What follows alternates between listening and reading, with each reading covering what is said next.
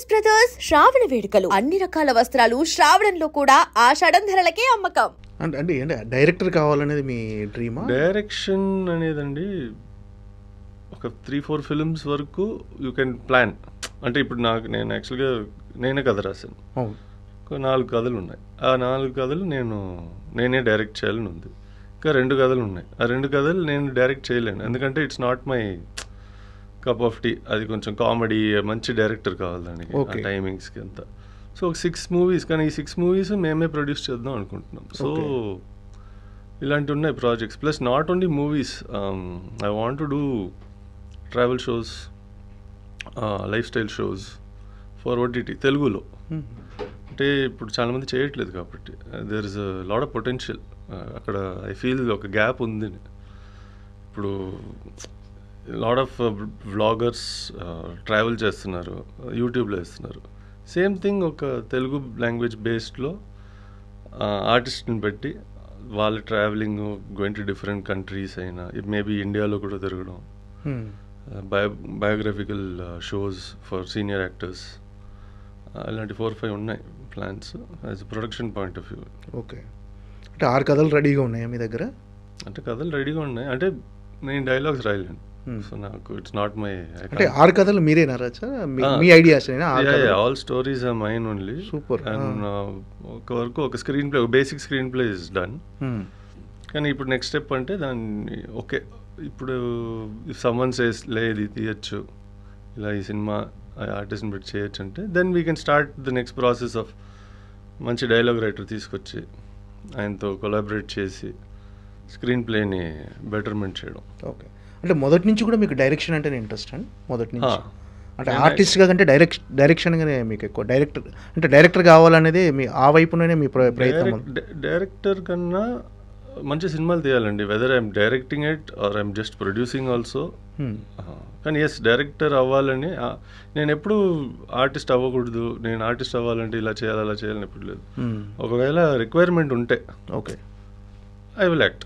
Okay, so అలాగే gangster Gangaraj కూడా cinema రావడం అలాగే జరిగింది. మా ఫ్రెండ్ లక్ష్మణ్ చడ్లవాడ అని STTV ఫిలిమ్స్. ఓకే, సో తను ఫోన్ చేసి అడిగాడు చేస్తావరా అని. ఓకే అన్నాను, అంతే. అంటే ఇంతకుముందు ఎవరు అడగలేదు. జనరల్గా ఓకే, ఒక స్టార్ కిడ్ ఒక లాంచ్ అవ్వాలని అనుకుంటారు, కానీ నాకు అది సెట్ అవ్వదు. అంటే కన్వెన్షనల్ క్యారెక్టరైజేషన్స్ చేయలేను నేను. ఏదైనా యూనిక్గా ఉండి దాన్ని బాగా డెవలప్ చేసి, అంటే నా అదేంటి ఫిజిక్ని చూసి నాకు లిమిటేషన్స్ కూడా ఉన్నాయి. సో దానివల్ల వస్తే I'm ready to do anything. ఈ 6 కథలు ఫీచర్ ఫిలిమ్స్ అయినా వెబ్ సిరీస్? లేదండి, అంటే నేను అప్పుడు ఈ కథలు ఇప్పుడు రాయలేదు, అది మెల్లిగా రాస్తూ వచ్చాను ఒక లాస్ట్ 10-15 ఇయర్స్గా. సో అప్పుడు వెబ్ సిరీస్ అని లేదు. మేబీ హూ నోస్, అంటే ఒక మంచి టీం ఉండి ఆ కథని కొంచెం మనం ఎక్స్పాండ్ చేసి దాన్ని వెబ్ సిరీస్గా కూడా చేయొచ్చు. ఇట్స్ నాట్ నెసెసరీ అదొక ఫీచర్ ఫిల్మ్గానే చేయాలని. డిపెండ్స్ ఆన్ మార్కెటింగ్ అండ్ చాలా ఫ్యాక్టర్స్ ఉన్నాయి దానికోసం. అంటే ప్రొడ్యూస్ మీరే ప్రొడ్యూస్ చేస్తారా ఇవి అన్నీ? అంటే ప్రొడ్యూస్ అంటే ఎస్, బట్ ఎగ్జిక్యూషన్ మోస్ట్లీ. అప్పుడు అది ఉంటే మాకు కొంచెం ఈజీ ఉంటుంది control of making, how we want to make. Obviously financiers, but other things also, other factors, కొలాబరేషన్తో వేరే ప్రొడ్యూసర్స్ ఇప్పుడు చాలా మారిపోయాయి. Like it's almost like corporate system. But Bollywood ఎప్పటి నుంచో ఈ కార్పొరేట్ సిస్టంలో ఉన్నారు. So it's like Hollywood also that. కాబట్టి Telugu industry also slowly transition అవుతున్నది. అంటే బాలీవుడ్లో కూడా మీకు కనెక్షన్స్ ఉన్నాయి కదా? అంటే అవునవును ఉన్నాయి. సో మీరు అక్కడ కార్పొరేట్ కంపెనీలతో ఏమైనా కొలాబరేట్ అయ్యే అవకాశం ఉందా ఇప్పుడు? అంటే కనెక్షన్స్ వల్ల, ఇట్స్ నాట్ అబౌట్ కనెక్షన్స్ అండి. ఇప్పుడు మంచి కథ ఉండి మనం అక్కడికి వెళ్ళి, పాత రోజుల్లో మనం వెళ్ళి ఒక కథ చెప్పచ్చు, కానీ ఇప్పుడు you have to have pitch deck, దానికి కొన్ని ఫ్యాక్టర్స్ ఉన్నాయి. మేబీ ఆ కార్పొరేట్ ఆఫీసెస్లో చాలామందికి ఫిలిం ఫోకస్ కూడా లేదు. అంటే మనం వాళ్ళని కన్విన్స్ చేసి సినిమా తీద్దాం అంటే వాళ్ళు వచ్చి వాట్ ఆర్ ద నంబర్స్ అని అడుగుతారు. సో అలాంటి విషయాలు కొన్ని ఉన్నాయి. So we have to also have our own team. మన ప్రిపేర్డ్గా ఉండి ఒక మంచి ప్రాజెక్ట్ ఉందిరా, దీన్ని తీసుకెళ్ళి పిచ్ చేద్దాం, సబ్మిట్ చేద్దాం, వాళ్ళు ఏం చెప్తారని చూద్దాం అంటే yes, of course we can approach them. అమ్మగారికి చెప్పారు సార్ జయసుధ గారికి మీరు ఇలా ప్రొడ్యూస్ చేస్తున్నట్టు కానీ కథలు రెడీగా తెలుసు. అంటే ఇది ఇప్పుడు చేయమంటే చేస్తూ ఉన్నాం కాబట్టి 2-3 ప్రాజెక్ట్స్ చేసాము, 2-3 ప్రాజెక్ట్స్ ఆగిపోయాయి, కొన్ని రిలీజ్ అయ్యాయి. సో ఆవిడకి తెలుసు, of course she also part of it.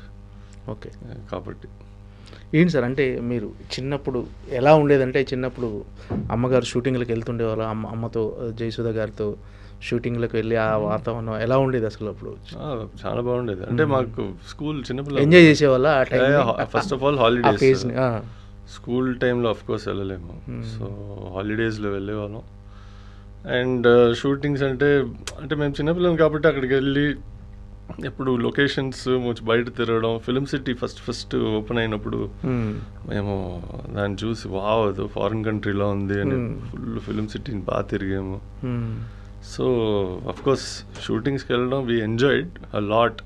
Okay, కానీ ఇప్పుడు దా తెలుస్తుంది యాక్చువల్ కష్టాలు ఏంటని షూటింగ్లో. ఏంటంటే చెన్నైలోనే సార్ అంత అంటే చెన్నై, హైదరాబాద్ ఇటువైపు షూటింగ్స్ ఉండేవి. బాగా చిన్నప్పుడు అయితే నాకు మేబీ 1 or 2 మెమరీసే ఉన్నాయి. అప్పుడు మేము ఆంధ్ర రాజమండ్రి సైడ్ ఓకే అటువైపు వెళ్ళేవాళ్ళం, అమలాపురం.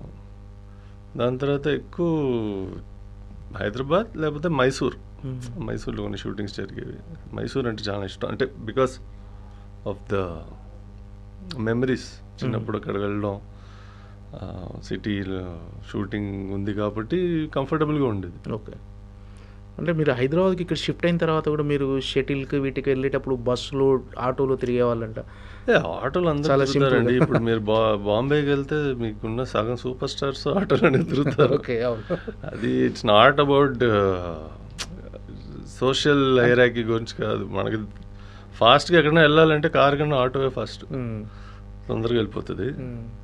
బస్సు ఏమంటే అప్పుడు ఎస్ కన్వీనియన్స్, ప్లస్ నాకు అప్పుడు కారు నేను పట్టేటట్టు, నేను డ్రైవ్ చేసేటట్టు కార్ లేదు అప్పుడు. మేము కొంచెం మోడిఫికేషన్స్ చేసాం కానీ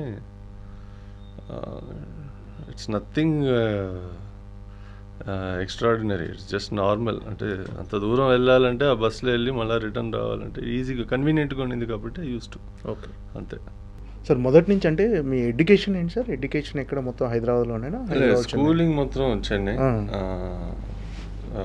+2 ఫినిష్ చేసి కాలేజ్ అంటే అప్పుడు క్రికెట్ ఆడుతున్నాను సీరియస్గా, ఓకే, ప్రొఫెషనల్గా ఆడుతున్నాను కాబట్టి మనకు చాయిస్ ఉండదు. అంటే మా ఫ్రెండ్స్ అందరూ హోటల్ మేనేజ్మెంట్ చదివారు చాలామంది. కానీ ఈ స్పోర్ట్స్లో మీరు సీరియస్గా ఉండాలంటే మీ ఏ డిగ్రీ చదువుతున్నారో అది మీకు చాయిస్ ఉండదు. సో అలా చెన్నైలో ఉన్నప్పుడు నాకు ప్రాబ్లం అంటే అక్కడ టీంలో కొన్ని college teams 2-3 top colleges sports కోటాలో నాకు వచ్చింది సీటు. కానీ it was BA economics, BA literature, English literature or history. So ఇలాంటి కోర్సెస్ ప్లస్ స్పోర్ట్స్ కోటా, కాలేజ్కి అంత వెళ్ళాల్సిన అవసరం లేదు. But I also wanted study, especially film field. Okay, so అక్కడ చెన్నైలో విజువల్ కమ్యూనికేషన్ కోర్సెస్ ఉంటాయి, కానీ దానికి స్పోర్ట్స్ కోటా ఇవ్వలేదు. సో అప్పుడు నేను సర్చ్ చేసేటప్పుడు అమ్మ ఇక్కడ వేరేదో పనిలో హైదరాబాద్కి వచ్చారు. అంతే, మేబీ షూటింగ్ అంటే గుర్తులేదు, కానీ హైదరాబాద్లో ఉన్నారు. ఒక 2 రోజులు అంటే వీకెండ్కి వచ్చి వెళ్ళు అన్నారు. వచ్చాను. దెన్ అప్పుడు ఇక్కడ 2-3 కాలేజెస్ ఉన్నాయి, మాస్ కమ్యూనికేషన్ కోర్స్ ఉంది. It's almost like visual communication, కానీ స్పోర్ట్స్ కోటా గురించి మాట్లాడదామని. అంటే మీకు cricket 90% of the time you'll be playing cricket కాబట్టి కాలేజ్కి అటెండెన్స్ ఈ ప్రాబ్లమ్స్ వస్తాయి. సో మాట్లాడదాం అంటే we went to Saint Mary's Yousuf. So అక్కడ they said okay you can do mass communication and sports quota అని. కానీ నాకు రోజు కాలేజ్కి వెళ్ళాను, మంచి అటెండెన్స్, బోర్ ఇంట్లో కూర్చుంటే. సో ఐ వాజ్ లైక్ సరే ఇక్కడ కొంచెం 2 కలిసి వచ్చింది కాబట్టి హైదరాబాద్కి షిఫ్ట్ అవ్వడం అలాగే స్టార్ట్ అయింది. అంటే మాస్ కమ్యూనికేషన్ జర్నలిజం చేశారండి. ఓకే. మనకి ఓయూ కోర్స్ ఒకటి ఉంది కదా Osman university, mass comm journalism vocational వస్తుంది, పొలిటికల్ సైన్స్ అన్నీ ఉంటాయి దాంట్లో. అంటే చిన్నప్పటి నుంచి అమ్మ చెప్పేవాళ్ళ, అరే నువ్వు కూడా సినిమా ఫీల్డ్లోకి రా, లేకపోతే హీరో లేకపోతే యాక్టర్ అని ఏమన్నా అడిగేవారు అమ్మగారు? ఆపోజిట్, సినిమా ఫీల్డ్ వద్దు అని చెప్పేవాళ్ళు. ఎందుకంటే బోత్ ఇద్దరు పేరెంట్స్ సినిమా ఫీల్డ్ వల్ల మనకి అప్స్ అండ్ డౌన్స్ చాలా ఉంటాయి, వాళ్ళకి ఎక్స్పీరియన్స్ ఉంది కాబట్టి అలా చెప్పేవారు. కానీ మేము మాట వినంగా పిల్లలు. ప్లస్ అదేనండి, చిన్నప్పటి నుంచి చూసి మనకి ఒకటి ఎక్స్పీరియన్స్ చూసే మనం మన లైఫ్లో ఉన్న చాయిసెస్ చూస్ చేస్తాం. So cinema is something which is there, అది always whether I like it or not. నాకు చిన్నప్పటి నుంచి నా చుట్టూ ఉండింది, ఇంట్లో సినిమా, బయట సినిమా, ఎక్కడికి వెళ్ళినా సినిమా సినిమా సినిమా సినిమా అంతే. అంటే చిన్నప్పుడు అమ్మ ఫుల్ బిజీగా ఉండేవాళ్ళు, చాలా బిజీగా. నాకు తెలిసి డే నైట్ షూటింగ్లో బిజీగా ఉండేవాళ్ళు. ఒకే ఇయర్లో అమ్మ నటించిన ఒక 25 సినిమాలు రిలీజ్ అయినాయి. అది నిజంగా చాలా రికార్డు, ఒకే ఇయర్లో 25 సినిమాలు రిలీజ్ అవ్వటం. అంత బిజీగా ఉండే టైంలో మీకు టైం కేటాయించే వాళ్ళ అమ్మ? అంటే బాగా చిన్నప్పుడు, ఇప్పుడు నేను 1986 బాన్, ఆల్మోస్ట్ ఒక మిడ్ 90s వరకు చాలా బిజీ అంటే సినిమాలు చేసేవారు. ప్లస్ మేము చిన్నపిల్లలు, స్కూల్, ప్లస్ చెన్నైలో మాకు ఎలా అంటే మా పిన్ని సుభాష్ని గారు, she also an actress, and మా మదర్ వాళ్ళ ఇద్దరు బ్రదర్స్, వీళ్ళందరూ ఉండేవారు ఇంట్లో. అంటే వీళ్ళు షూటింగ్స్కి బిజీగా ఎక్కడైనా వెళ్ళారంటే వీళ్ళు వచ్చి మాతో ఉండి మమ్మల్ని చూసుకునేవారు, నన్ను మా తమ్ముడిని, సుభాష్ని గారు కూతురు పూజ, మా అక్క. సో మేమందరూ కలిసి ఉండి అంతా మిస్ చేసేవాళ్ళం పేరెంట్స్ని. కానీ ఒక once in 10 days, once in 2 weeks కలిసేవాళ్ళం. ఎంత అక్క ఉన్నా మామయ్య ఉన్నా అమ్మ లేని ఫీలింగ్ అనేది, మిస్ అయిన ఫీలింగ్ అయితే డెఫినెట్గా ఉంటుంది. అంతవరకు కుదిరితే అంతవరకు ట్రై చేశారు మిస్ అవ్వకూడదని. కానీ అఫ్ కోర్స్ మిస్ చేసాము. ప్లస్ మా మదర్ ఇంకా మిస్ చేసేవారు. అంటే మా చుట్టూ అందరు ఉన్నారు కాబట్టి మేబీ మాకు డిస్ట్రాక్షన్గా ఉండేది, కానీ ఆవిడకి అది లేదు. సో షీ మిస్టర్స్ అలాట్. కొన్నిసార్లు నైట్ ఫ్లైట్ పట్టుకుని వచ్చి కలిసి మార్నింగ్ ఫ్లైట్ పట్టుకుని రిటర్న్ వచ్చేసేవారు హైదరాబాద్కి అంతా. ఓకే. సో ఇలాంటివి జరిగాయి కొన్ని. అంటే కొన్ని రోజులు మీకోసం సినిమాలు కూడా వదులుకున్నారని తెలిసింది, కొంత గ్యాప్ ఇచ్చారు. అలాంటి సినిమా మా కోసం అంటే మా కోసం ఏమి ఆవిడ గ్యాప్ ఏమి ఇవ్వలేదు. మేజర్ ఏమంటే ఆ గ్యాప్స్ మేబీ బికాస్ ఆవిడకి మధ్యలో రిటైర్ అవుదాం అనుకున్నారు, మళ్ళీ 2 years తర్వాత ఆవిడకి మళ్ళీ బోర్ కొట్టి అదొకటి. రెండోది చెన్నై నుంచి ఇండస్ట్రీ ఇక్కడికి షిఫ్ట్ అయింది హైదరాబాద్కి. షిఫ్ట్ అయినప్పుడు కొన్ని అవకాశాలు కొన్ని తగ్గాయి అప్పుడు. సో మళ్ళీ పిక్టప్ అగైన్ మన తమిళ అమ్మాయి వచ్చినప్పటి నుంచి మళ్ళీ her career is second innings అని చెప్పొచ్చు, బాగా పికప్. ఓకే.